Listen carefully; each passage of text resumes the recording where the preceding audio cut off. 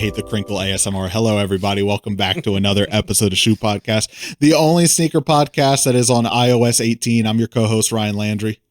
I'm your co-host, Tanner Young. Loving the update. You doing anything with your wallpaper? You getting fancy with it? I think all I really ended up doing, nothing with the wallpaper. Now I'm curious about what kind of do with the wallpaper. I did the icons. I went dark mode with the icons. Okay, but you didn't make them all like monochrome, the same color?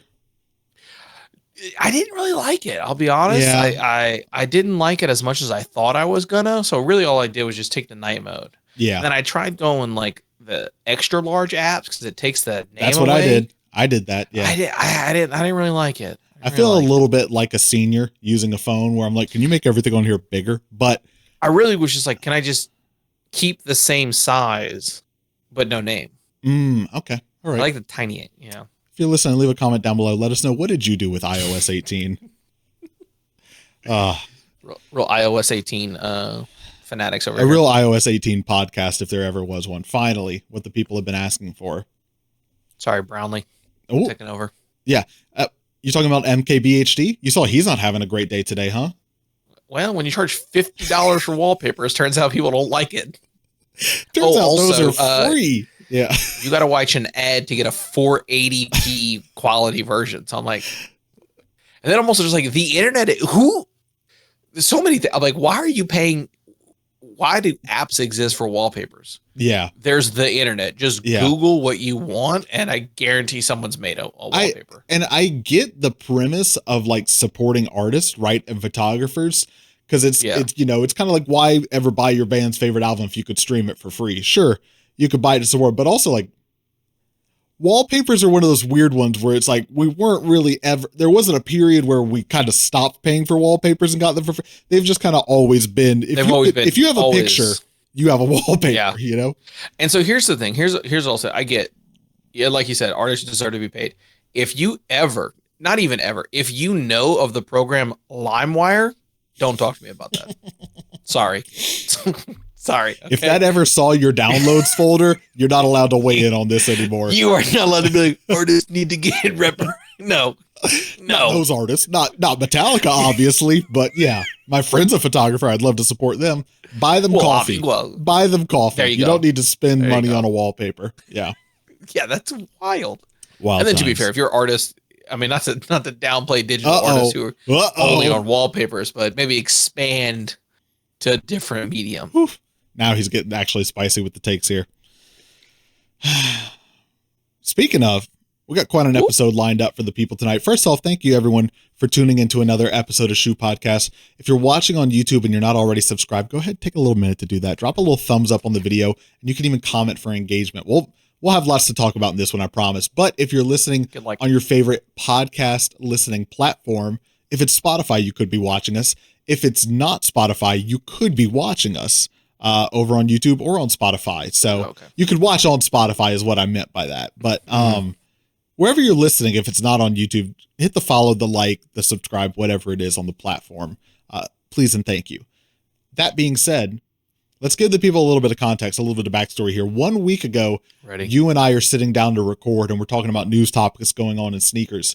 And one of the topics that I choose is a Bloomberg article about John Donahoe, Nike CEO, now former CEO, which if you click the videos, the cat's out of the bag. You already know where we're going with this. But in researching for last week, that topic ended up being about a page of our outline, and our outline's normally not that long. So we made the call, hey, let's scrap that for last week's episode. Let's just push it to next week. It can be its own whole episode. And then unfortunately for John Donahoe, but fortunately for us, other big Nike CEO news happened in the past week to where it's like, oh, okay, now this really makes an episode. So that's where we're at. Here's the thing. I appreciate the integrity that Bloomberg was that they had. Yeah. But I really wish the article was titled, "Is John Donahoe a hoe?" I think it would have been better. I think it would have got much more engagement. Yeah. And I think the youth would have really taken off with that. Okay. But boy, they really do not like this man. Yeah. Yeah. John Don Ohio for our Gen Z listeners out there. Oof. Big reference. Yikes. Phantom tax on that. The podcast just went up 1,000 aura points. I'm happy to report for everyone listening. Look, John, ball up top, man. Ball up top. Ball up top. Put that on your face card. So tonight we are going to talk about Nike's CEO change from John Donahoe to the recently announced Elliott Hill, kind of a little bit of the history of how Donahoe got in that position, his time with the brand, and maybe our thoughts on the future under Elliott Hill. Jumping in here. Not so silent. Not so silent. Not so silent, that Hill. I got your reference. I don't know if every listener did. That's why I'm calling out the bit. Good bit. I appreciate it. There's two main articles that I kind of read through to pull together information for this episode. The first one being the Bloomberg article titled "The Man Who Made Nike Uncool." Rough title, rough thumbnail. A great article. Yeah. It's probably like a 10-minute read. It's worth doing. You can get a throwaway email if you don't want to really subscribe to Bloomberg. They don't want to hear us say that, but we'll say that. Emails are free. That's right. Gmail stock rising. You don't even have to do Gmail. There's a website out there. I don't know if you've seen it. It's like throwawaymail.net or something like that, where it'll just give you an email, and on the web browser page you can just refresh, and any emails which come to that address just show up on the web browser page. So you're like, I need to get behind a paywall, but I don't want to use my personal or make a spam one. Literally one time on a web browser. Maybe at the end of the episode we'll jump into it. I don't know. Stay tuned. Stay tuned, that's listener. Technology. Anyways, the other article I really read through for this one is The Case for Nike. This is through Bobby Hundred's Substack from Bobby Hundreds of the Hundreds, a name some of you maybe have not heard in a while there.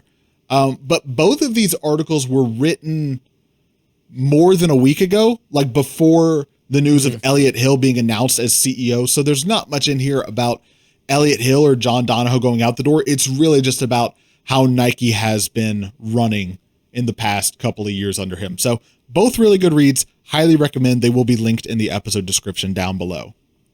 Boom. Pause for a sip of water here. It's like the this is old YouTube reference, but the Chocolate Rain music video where he says, "I step away to breathe." Yeah. That's me calling out sip of water here. All right, let's jump into it. So let's talk about why Nike chose John Donahoe. You can't already boo before we get into the episode here. P.U.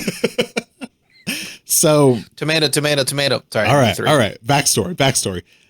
John Donahoe was brought on as CEO in January 2020, really with the main goal to helping lead Nike's efforts in shifting more of their business to direct to consumer and e-commerce away from wholesale type of business. He comes from more of a tech background, not a sneaker background. He's got a history at consulting firms and eBay. There's a story out there about how he was once on a Nike call talking about Zoom X technology in their soles, but referring to it as Zoom 10, thinking the X was the Roman numeral for 10. It's a mistake anyone could make, but just, doesn't really come from a sneaker background. That to say, he was only the second outsider CEO in Nike's 48-year corporate history. So in about 50 years of running, only twice have they had a CEO come from outside of the company. So kind of unprecedented territory for them, but he was brought in, again, really for those goals of driving e-com and direct-to-consumer.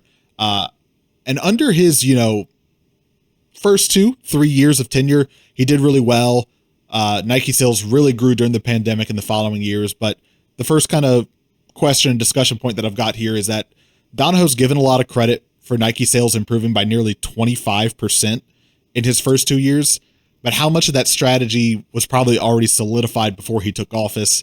And how much of that growth do you think should be attributed to the pandemic, regardless of who would have had the CEO role? Because, you take CEO office, as we know, and probably a lot of people listening know, sneaker releases take a while to develop, right? You don't just say, we want to make the Mocha Jordan 1 and next month it's out, right? There's a long pipeline. So when he takes office, there's already a lot of stuff in the works. And during the pandemic, just so many people were shopping so much more online. Ooh, that's skinny check. Right. But regardless of kind of who was at the helm of it, as long as Nike.com was up, the sales would have been coming in. So what are your thoughts here?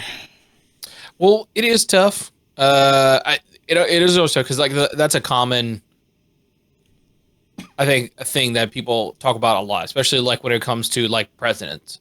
Yeah. Okay, this growth ended up happening. Well, is it for the president that's current, or was this just plans put in 2 years ago? Or hey, things are looking bad. Is it because of the current president or the president, former, Right. or former for my big tiger heads? You know what I mean? For the coach. Les Miles wins a national title. Yeah. People look at it and go, well, that is Nick Saban's team. So did Les Miles really win a national championship? So to me, it's a secular kind of like reasoning. Yeah. So You're that's always kind of tough. You're like the guy in the Instagram comments where someone says, can someone explain this to me in like collegiate football terms? Like when some big thing happens in the news and someone's like, can someone explain this to me like NBA? That was a beautiful analogy right there. There you go. It's actually like Nick Saban's 2020. Right. So John Donahoe is Les Miles and Mark Parker, the CEO before, is Nick Saban in this analogy? Exactly. There you go. Okay. So really, I guess the thing would be when a CEO change happens within the same time frame, what does the growth look like? If the growth is similar to what John Donahoe did, Donahoe, I can't stop.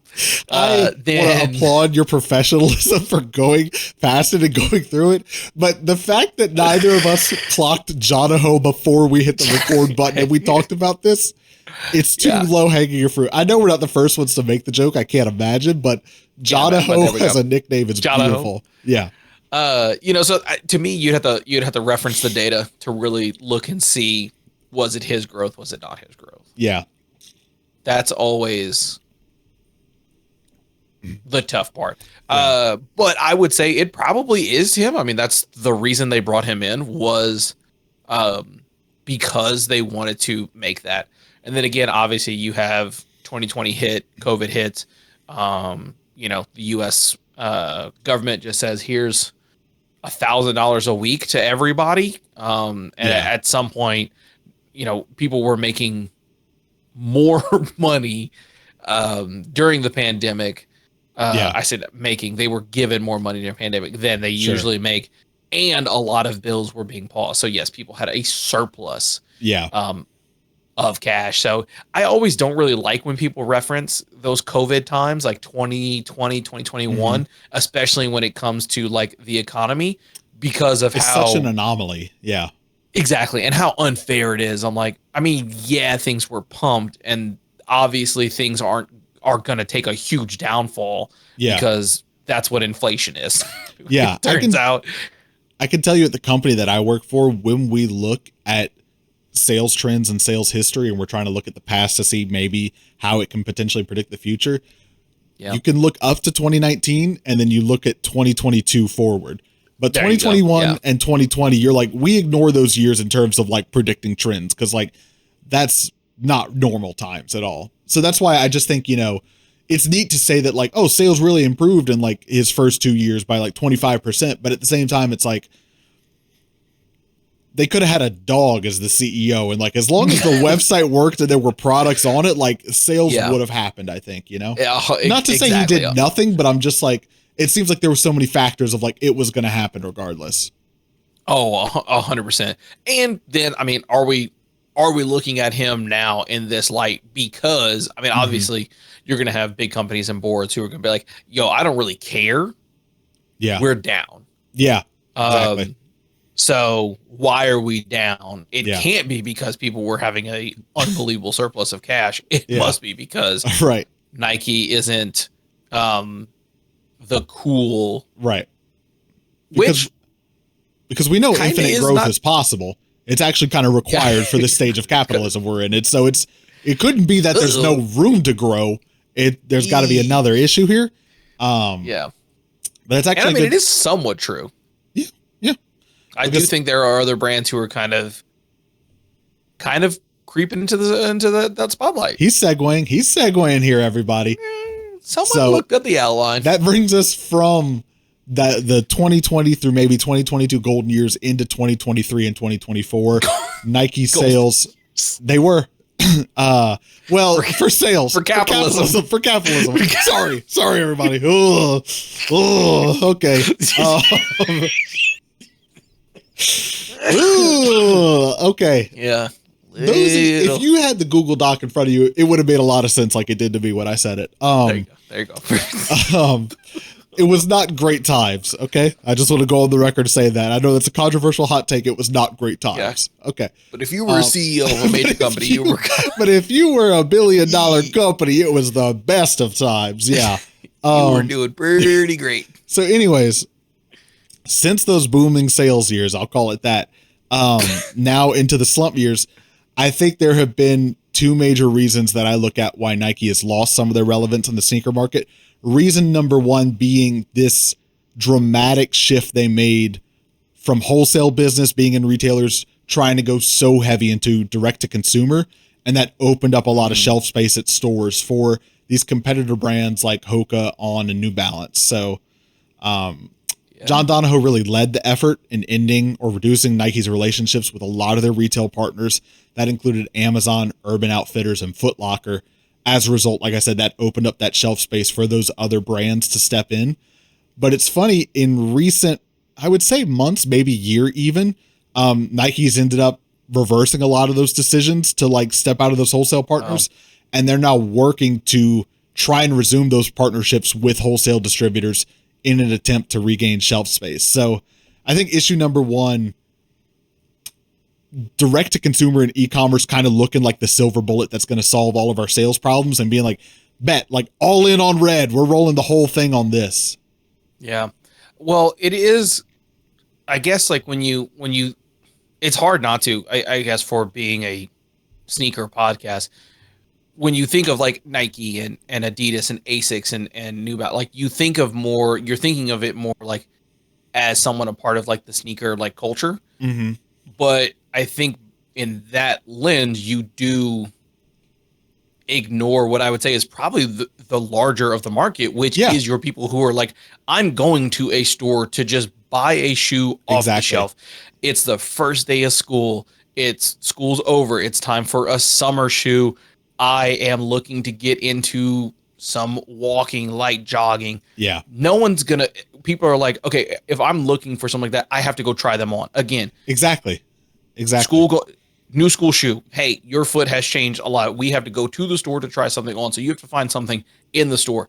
Same thing. I want to go for runs. I need to go to the store to get a shoe that's going to feel comfortable. I don't have time to order something online, get it in, return it, get a refund, and go through all of those things. So yeah, it is interesting. And maybe Nike was like, we have to push more to someone who's going to spend a higher price point, who's more comfortable with spending a higher price point, which maybe someone who has a sneaker enthusiast. They're looking probably more of an e-commerce route, but probably missing the larger portion of that pie of like, hey, you're going to lose this market. And I think that was a great point that you brought up is like, hey, that shelf space moved, and guess what now gets more premium?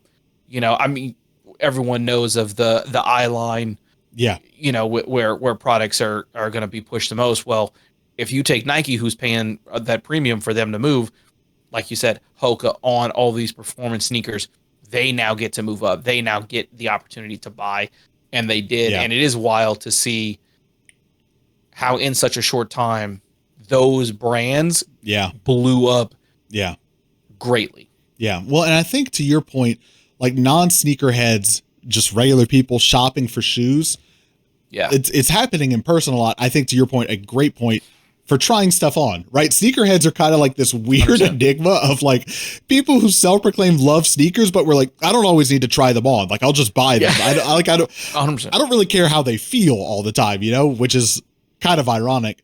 But I think also because non-sneakerheads, just regular people shopping for shoes, sneakers aren't necessarily something that like they're thinking like, oh, I need a pair of sneakers. Let me go shop on, like, let me look and research. They're probably like, no, like there's a Foot Locker down the road. Like we can just 100%. It's just, it's not spur of the moment necessarily maybe, but it's like, oh, if we need that, like if I need jeans, I can go to Target and get jeans. Like I don't necessarily need to, I can go try them on online and get them the same day. Like that's just the whole experience behind it. And I think I would imagine the customer base who is largely doing that, they're not necessarily like whenever I was going to look for a running shoe, I went to like, shout out Try Running. Yeah. Went there. A running store. not looking for anything like a brand. Right. Literally just going and being like, a purpose. Bring me a shoe that's going to meet this specific function. And you didn't say, may I please see? You said, bring me a shoe. Well, why do you sound like you went in with the Burger King crown on and you're like, bring me a shoe? Bringeth me 4 different brands. None too similar. You shoe winch. But no, yeah, you went and you asked for stuff to try on for a purpose, and you weren't in there like, I'm looking to get a Nike, I'm looking to get a Saucony. You're like, I want a shoe to run in that fits my foot well and is comfortable. I'm open to whatever that might be. Yeah, so I think that is going to be where a lot of it is. And again, Nike has that brand recognition. Mm-hmm. Well, if there's no Nike, well then, okay, I'll try whatever then. I'm only maybe going to say Nike because the ads are pushed to me, or I had a Nike before. So if I go to the store and, well, Nike's not there, okay, well. I think that was Nike's mistake here, is thinking that if they were in less stores or had less retail space, people loved the brand so much that they would go seek it out wherever it was, right? Not that they would get a brand from a competitor. They would say, oh, Foot Locker doesn't necessarily have, like, I went in looking just for like a white shoe I want, and I would probably want to get a Nike, but they don't have it. I'm not going to leave and go shop on Nike's website. Let me just look at the other white shoes that are here, right? I think probably Nike was so confident in the size of their business and like the love of their brand that they assume people have, that they were like, they'll come find us regardless. Ooh. And on that same note, I think mistake number 2 that they made really in this time frame is the lack of innovation, which this has been kind of the one big criticism and self-admitted criticism that has been thrown around this year. You know, Nike, they did their big round of layoffs or whatever earlier this year, citing that they wanted to, you know, free up the resources to do more innovation, and acknowledge that they needed to do more innovation because for about a 3-year period there, at least from 2020 to 2023, Nike's focus was on legacy lifestyle retros. So that's the Dunks, Air Force Ones, and Jordan 1s, right? They're just printing money off of these. Oh, yeah. So I have a quote here. This is from the Bloomberg article talking about that lack of innovation, saying, quote, Nike insiders attribute some of that innovation slowdown to a brain drain across departments that occurred soon after Donahoe's appointment, a result of both layoffs and an exodus of the old regime. So it seems like Nike employees are saying that we're not innovating that much because you're losing a lot of the legacy knowledge and expertise. The people who were innovating are leaving to go elsewhere, or for whatever reason, whether on their own accord or not. You know, we had that big round of layoffs just this year, but I think even before that, there's a handful of people, it might be more than a handful, I don't know, but people who were not necessarily thrilled with Donahoe getting appointed as the CEO, and I think chose to leave on their own terms. So that's kind of the narrative that I'm finding, at least cited from Nike employees. John Donahoe, on the other hand, blames the lack of innovation and progress on remote work, explaining that the office was critical to fostering innovation. That was the narrative he was pushing around that time, which I think we talked about earlier this year when we did the episode on their layoffs, and talking about how tone deaf that sounded. But the Bloomberg article had a quote that really kind of painted it in a new light, saying that, quote, that was news to the employees at the LeBron James Innovation Center, Nike's R&D hub at headquarters. As far as they knew, the industrial designers, biomechanical engineers, and sports medicine doctors had been working in the complex constantly since it opened mid-pandemic. Talk about like the receipts, like came with the receipts of like, wait, remote work is slowing down the innovation. What are we all doing here at the office then? Oh, actually, the innovation people are here. It turns out they're here the whole time. Yeah. Yeah. The work from home has always, I feel like, will always it's a scapegoat. Be. Right. Yeah. 100% of you can't be motivated unless you are in an office. And I like, there is somewhat like, especially when it comes to like innovation, where I somewhat do agree. Like you do need to feed off of people and really balance your ideas to get to, I think, a really great product. But also we're at a point with technology where you don't have to be in person. Like, right. That's the thing. I think collaboration with others can still be important. 100%. But being physically in the same space is like, no, guys, like, don't need to. We spent 2 years proving that was not the case. Like, remember when the sales number went up and we weren't all sitting here? It was doing okay. Yeah. Yeah, 100%. But like you said, it will always be the scapegoat. Right. So I think those two factors combined kind of created the perfect storm for Nike. I think this is in March of 2024. It was reported that their sales dipped for the first time in 7 quarters. And just this year, I don't remember exactly when it was, I think their stock hit a new low since it launched, like however many years ago, had one of its worst days in the market. So kind of the two things I wanted to point out, we talked about already. These two factors combined, pulling out of wholesalers and the lack of innovation for the non-sneakerheads who rather shop for shoes in person. This meant they saw less Nike shoes on shelves when they were shopping, so it just didn't become the choice. But for sneakerheads, which, as we say, is the smaller segment of Nike's business, it's the more vocal component and it's the quote-unquote culture component. But in dollars, it's the smaller component. 100%. We got tired of seeing more of the same from Nike, especially, as fashion trend cycle, kind of seeing the same old, and feeling like it only became harder to get the limited product we actually wanted. So it's like, not only is there less innovation, what there is seems like it's getting harder to get. So this is from Bobby Hundred's blog, quote, Nike's app was responsible for exclusive shoe drops, but only 7% of shoppers were lucky enough to purchase the product as the company couldn't keep up with the demand. Just like those pandemic years, I remember like it all really being online. There's, even your store is just doing raffles now for like almost everything. Because at that point, like we said, the way money was flowing, GRs were becoming hype releases. Like everything was kind of getting closer to untouchable. And it was getting frustrating to be like, oh, here's the latest dunk. I'd like to finally get a dunk. Oops, can't get that dunk. So I think it's no surprise that after a couple of years of that, I think you and I have talked about it as well. Like at a certain point, I'm just not getting that excited. Like I don't check the sneakers app anymore for what's 100%. dropping. Cause I'm like, if I can't get it somewhat relatively easily, like there's too much dropping right now for me to be sweating about every single one of them. Exactly. And then also just with how fast things went, especially with resale, I'm like, okay, well, I'll just wait a couple months and this will drop down in resale price. Right. So, and like you said, it's just the same. I mean, again, it was the same thing we had been talking about whenever the Yeezy 350 V2s. Mm-hmm. After a certain point, I'm like, okay, it's just a different shade of brown, of white or tan, and things were getting boring. And then Nike doing the same thing, and then just be like, well, what if we just retro everything? Right. Which then at first it was it's hype, exciting. and then after a while, like, oh, you're just bringing back everything, and then not only to top on that, you're like, hey, we're gonna retro this, but only make 1,000 pairs for that's it. Right. Yeah. And then it's like, okay, so no one's going to get this. And of the 1,000 pairs that you're going to make, 250 of them are going to be given away. Yeah. So that number just continues to shrink and shrink and shrink. Yeah.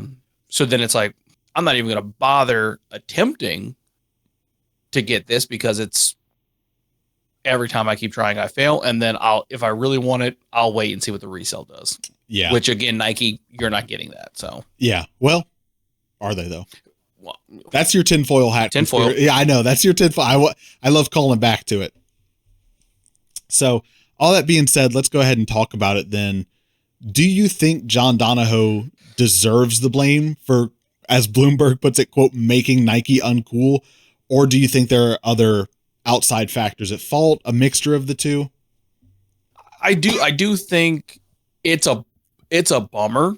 But yes, ultimately, I think it does fall on the CEO. I mean, that is where things go. Whether I don't think it was him, obviously. Like, I don't think he single-handedly directly. Yeah, exactly. Yes. I mean, if it seemed like it was his decision to move everything to an e-commerce, that turned out to not be it turned out to not be the right choice. At least not as aggressively as a ratio as they tried to set out with it being, Exactly. So, but again, Nike brought him on to do that. So Nike hires a guy to do a job. He does the job that you want. It just doesn't turn out. Yeah. And yes, unfortunately, like I said, that is the, pendulum that is a CEO. Hey, you're going to make bank. You're going to be paid unbelievable amounts of money. Yeah. But if everything goes wrong, it's you got to go. Yeah. Again, do I think he made Nike uncool? No. I think there were a lot of small steps that led to that. I think the biggest thing that you could say was at his fault was that removal from your middle of the mall place. Yeah. Not being on the shelves in a public, and then the public going to these other brands. I think going and having more of like a generic kind of look. And Nike almost is stepping into this almost like very unauthentic kind of like celebrity status where I feel like Nike's trying to say, no, I'm like the common man. Oh, okay. When they grew up in $1 million mansion. Yeah. And I do think you have these other brands like Saucony, Asics, New Balance, Hoka, even if you want if you want to put them on, where they're coming up and they seem more like a very authentic brand with their marketing, with the collaborators that they have, and just their style that they're pushing. They right now feel like the challenger brand that Nike was in the 80s against Adidas. And I think that's part of what makes them so exciting in the allure right now. It's kind of like rooting for the underdog. It's kind of like the you don't know about these sort of moment. Like we're at a cool spot right now in sneaker culture where like diversity in footwear and different brands and having kind of obscure stuff is getting kind of cool rather than it being such a 100%. monoculture of like, it's Jordan 1s, it's Dunks, and it's Yeezy 350s. And if it ain't that, like, it's not worth talking about. Like that was, a rough several stretch of years that we had there. Yeah. And I do think it's one of those things where you're not just battling Adidas anymore. Like for the longest time, it was it was just Nike and Adidas, and that's really it. Yeah. And every other sneaker brand was just like, hey, we're gonna.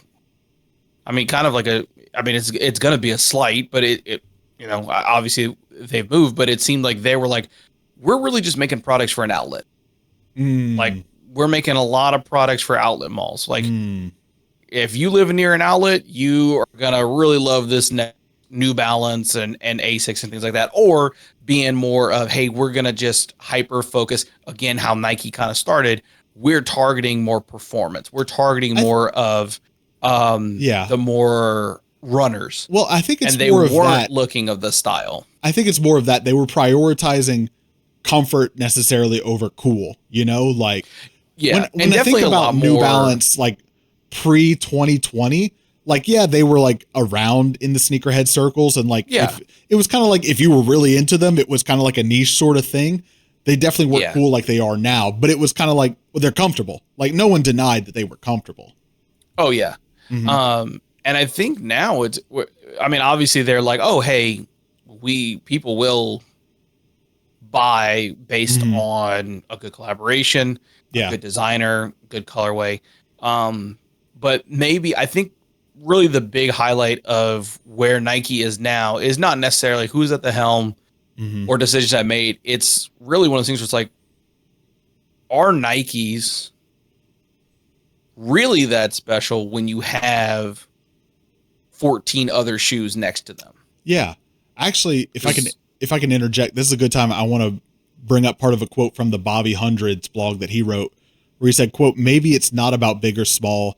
Maybe it's about the death of brand as a whole. American shoppers are also motivated by price and value these days. Gen Z relishes in reps, dupes, and cheap sheen hauls." So I think, like you're saying, we're getting to a point where I think it's kind of cool. Like I love when you go to Shakeback Sunday and everyone's got on something different. But I think we're getting to that point where, it's getting a lot less about necessarily what brand I have on and more so about just like, how am I styling what I'm wearing, you know? Oh, yes. Yeah. We definitely are moving more towards shoes are kind of, which is a weird statement, but like shoes are almost going back to being an accessory rather than the outfit. Right. Yeah. That's a good point. There was a real big point, like, especially in that like 2016, 2015, to 2017, maybe 2018, where you were just wearing almost like a gray sweat. You dressed bottom up, they call that. Yeah. I start with my shoes and I'll figure out what to wear around that. I've got $1,200 sneakers on. What's going to go with this? A gray Nike I got a Uniqlo white shirt. Yeah, exactly. Yeah. You know, so, and now it's less of that. And it is really more, you know, you need pieces. There needs to be, some thought behind every outfit. And I think with the increase in having a more fashion focused culture, sneakers are going more towards, they're less of like, and baggy shoes coming back. Yeah. Do I need a $1,200 pair of shoes when 80-70% of it's going to be covered? Yeah. So why not? Or like you said, I'm just going to get a dupe. Yeah. Hey, exactly. I want an outfit that I think Jordan 4s are going to look great for. Yeah. Well, I don't want to pay the resale for the bread, so I'll just get a dupe for $100. I don't want to sound like old man yelling at clouds, and I'm not yelling at it about all, but just to say, like, I think a lot of the sneakerhead generation younger than us does not view reps as taboo as our generation and older historically has. And I'm kind of all for that. Like, again, like, there's a very practical side of my brain that's like, yeah, stop spending that much money on like shoes for resale if you didn't get them at retail. Like, I'm not faulting people for it. So I kind of get it. And I think the mindset really has, especially when it comes to like reps with sneakers, which is kind of, I know we're getting away from the main topic of the episode, but I do think it is less of like people's mindset is like, as long as you're not trying to scam somebody, no one really exactly cares. Yeah. I don't as long really as you're think just like honest. Yeah. Or if I think people view reps in the same way as like jewelry. If you're not getting on Alive and trying to say that you have a pair of Dior ones, and you're trying to flex like you've got money, and then it comes out that they're rep, as long as you're either not trying to fake flex or scam somebody, I don't really think anybody cares. I think it's kind of cool anymore. Yeah, I think it's going fine. So Is John Donahoe to blame? Unfortunately, the answer is yes, because like I said, you are the CEO, and that's the responsibility that comes with it. That is, ultimately, when things go south, you are going to be, sorry, bud, you got to go, and we got to bring somebody else in. Obviously, no, it's not 100% his fault, but as a CEO, everyone will look at you and go, okay, well, this decision was made.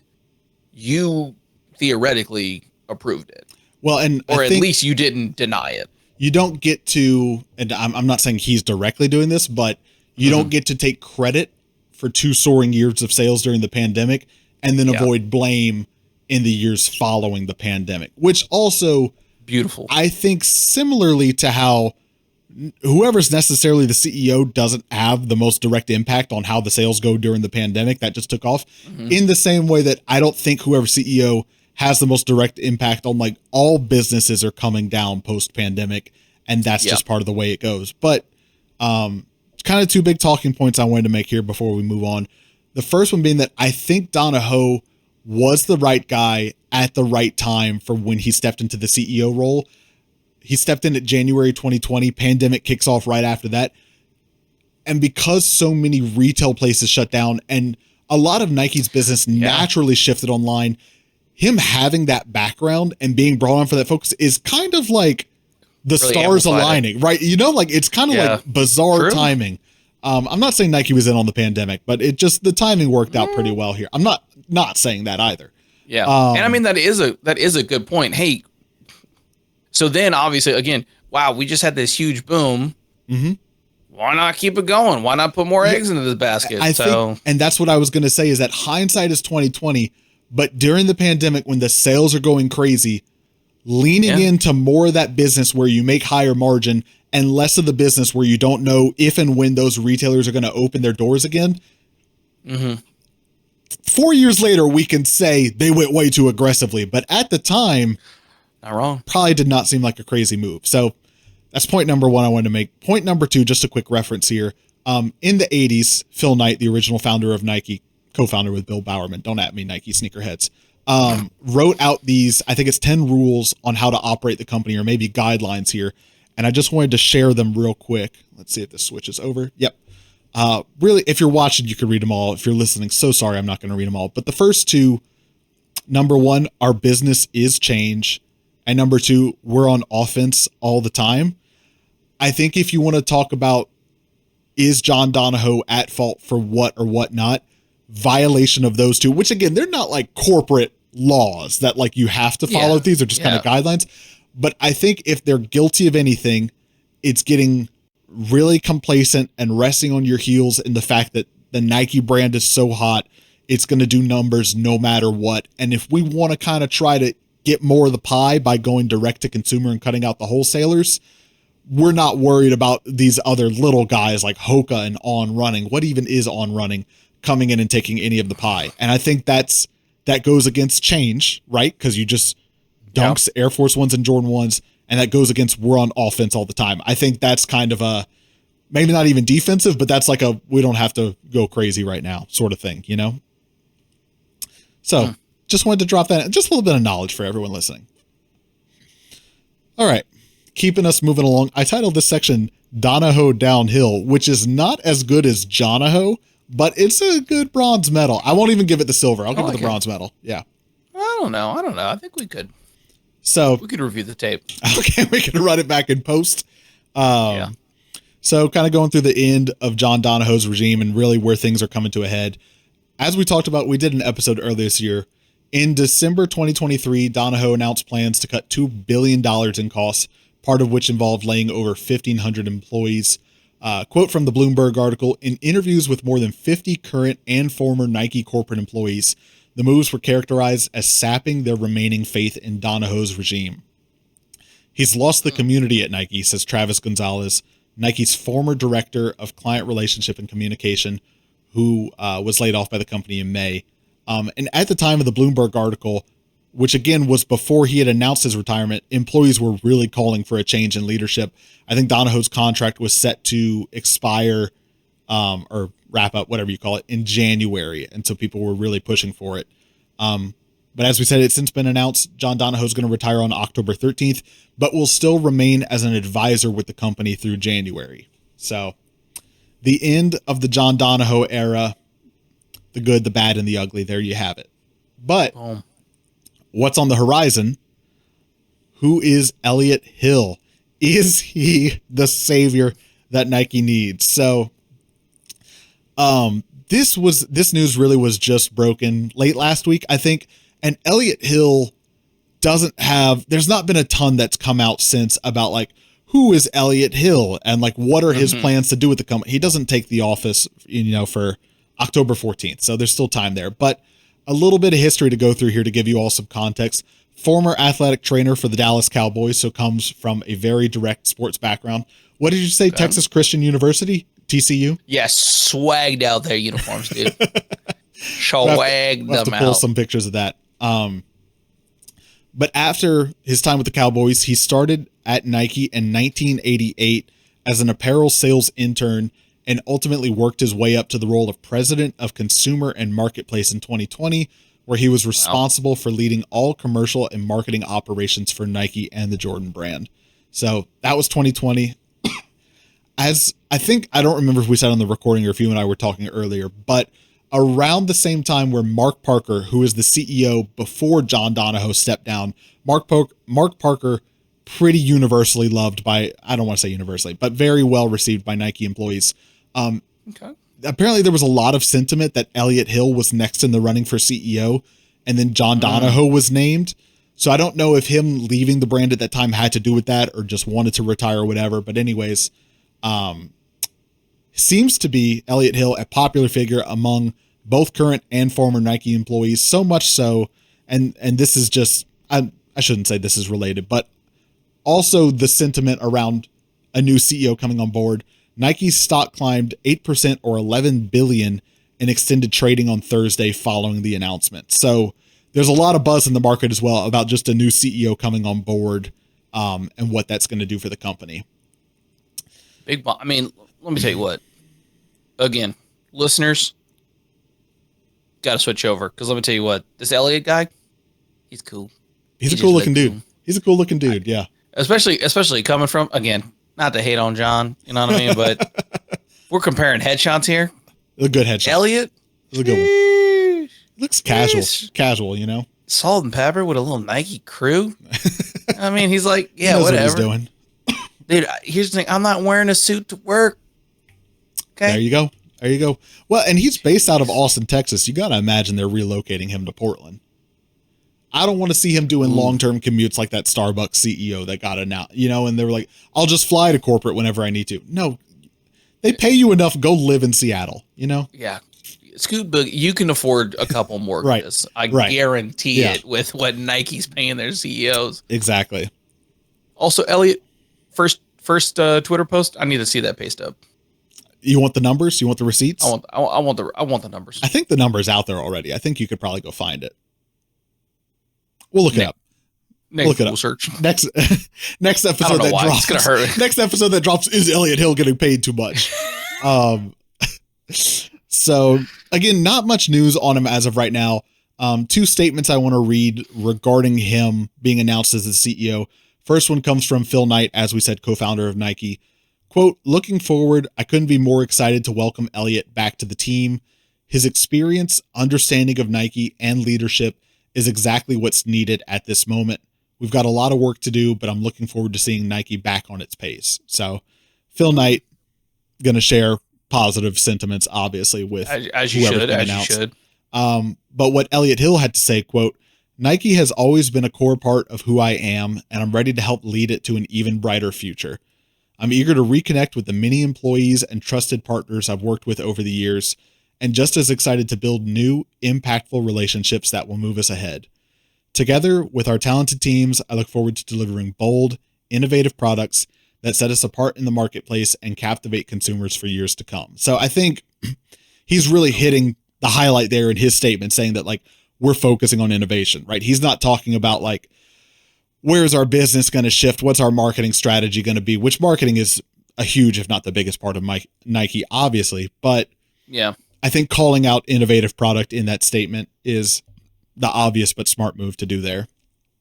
Well, especially with that was everyone's obviously big critique of Nike. So no, I think a great coming out of just like, hey, I understand that this is obviously, I'm letting you know where our kind of like target is. Mm-hmm.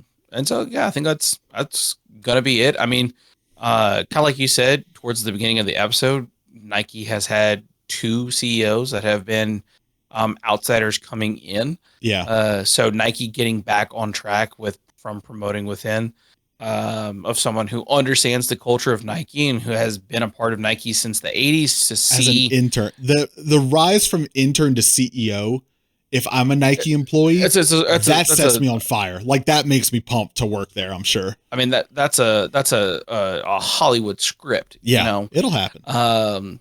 So, you know, I mean, again, he's been with Nike for that long. He has seen the growth and the change of both the positives and the negatives. Yeah. And has had been a part of that. So there's a lot that you get from being with a company for that long, because again, you see, hey, you have that kind of hindsight built in. Mm-hmm. Hey, when we did this, it didn't pan out and we just had to spend a lot of time and money going back.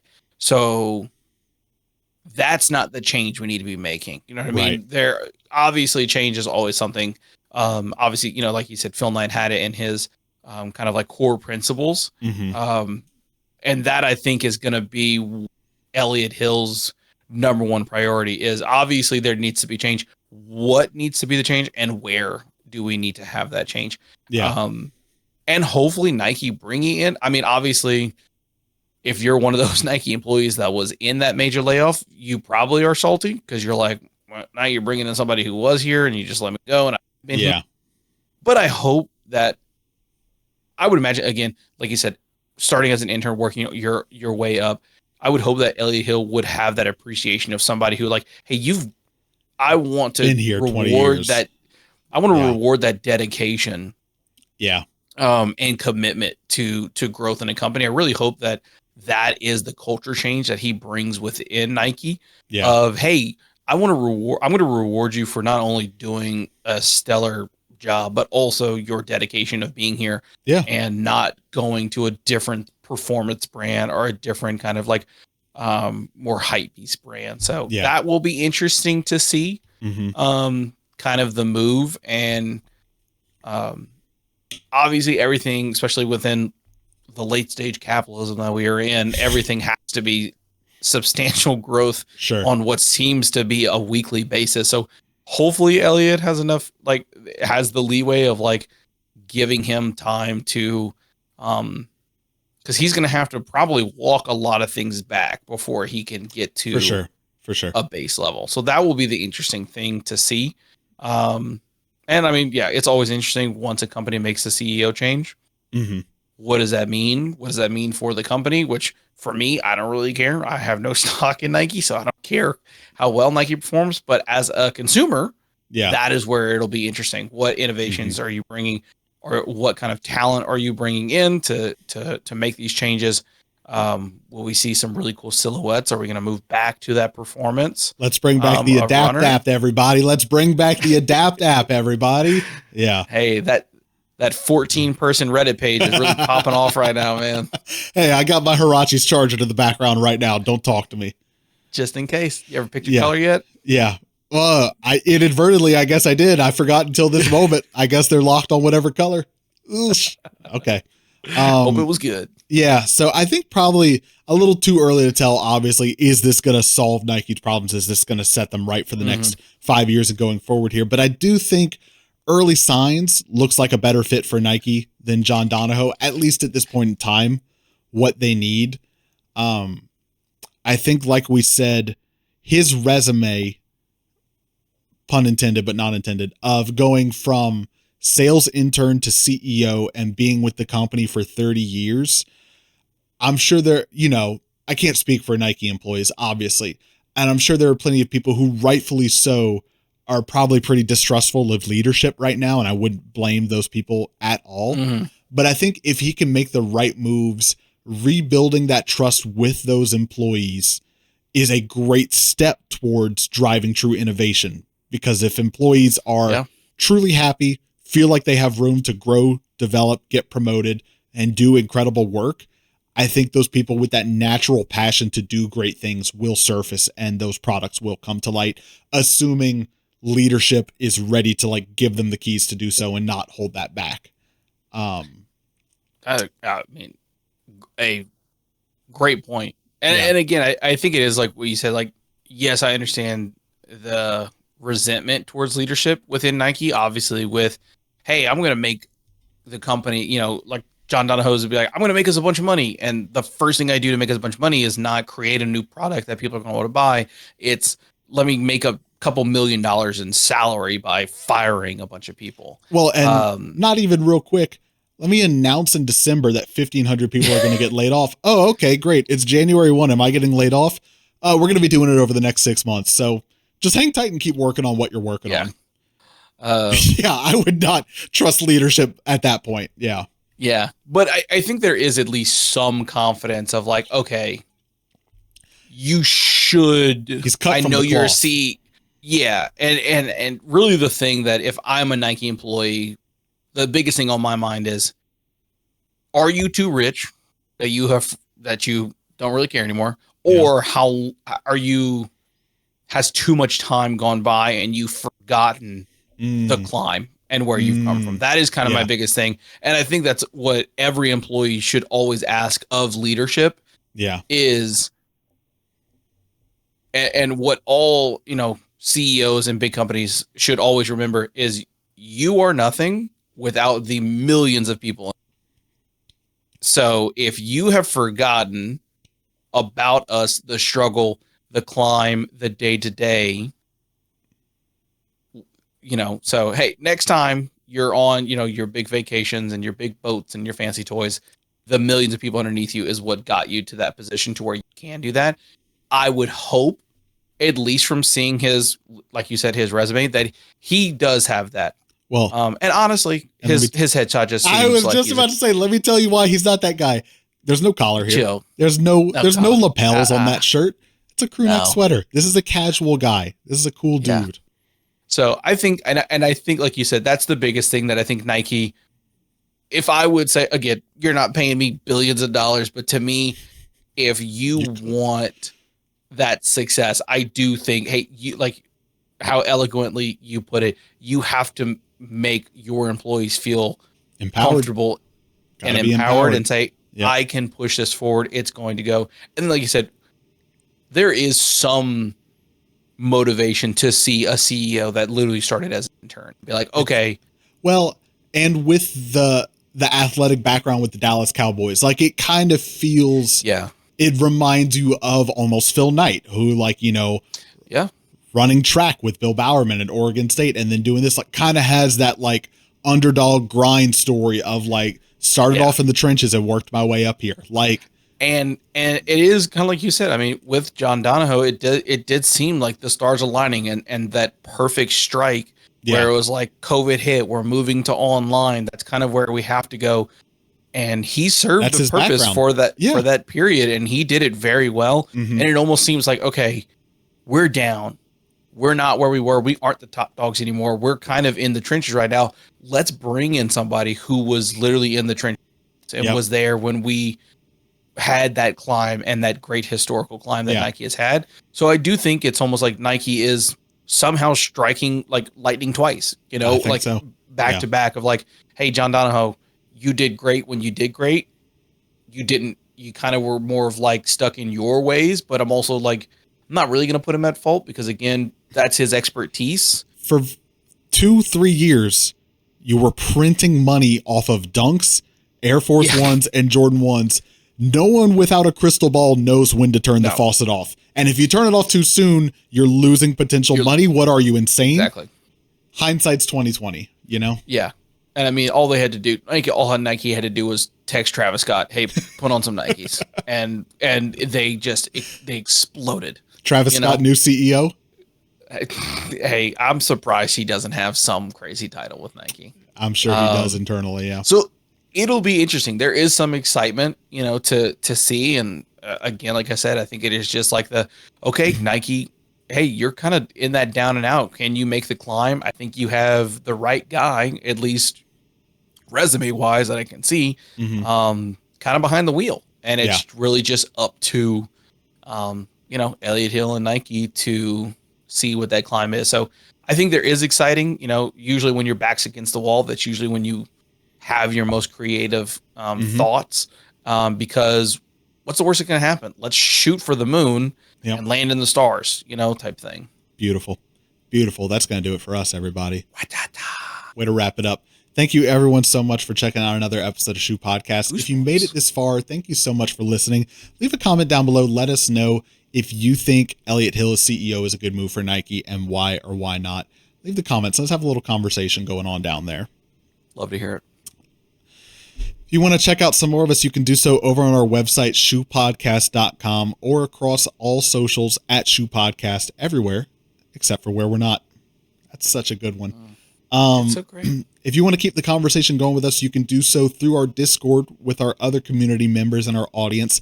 That will also be linked in the episode description down below, along with the 2 articles we mentioned in reference throughout this episode. Lastly, if you made it this far and you're still listening, I know you like us. You kind of like us. Hit the subscribe, hit the follow button. It would be a great favor to us. Hit the thumbs up, whatever you can do to help drive the algorithm in our direction. It is much appreciated, along with an hour of your time. That's a lot to give us here. So thank you so much for listening. Sandra, you got anything you want to leave the people with before we go? If I had to rank diet sodas, I think I'm putting Diet Pib Extra pretty high up on that list. 2 weeks in a row, we're doing diet soda talk at the end of the episode here. No, I'm not complaining, just calling out. Diet Pib Extra really came in on a dark horse. Yeah. I'm tell you what though, flavor there. Okay. Is really good. Okay. Try it out. Also, that Coca-Cola Oreo. Find it at your gas station. Good. If you like an Oreo cake ball, you're going to love it. We got to wrap this up. I got to go try one of those. I got to go find. I keep seeing them, and I haven't bought one yet. I guess tonight's the night. All right. Do it. One more time, thank you, everyone, for checking out another episode of Shoe Podcast. I'm your co-host, Ryan Landry. I'm your co-host, Tanner Young. We'll be back probably next week with something, I'm sure. Have a good weekend. Oh, yeah.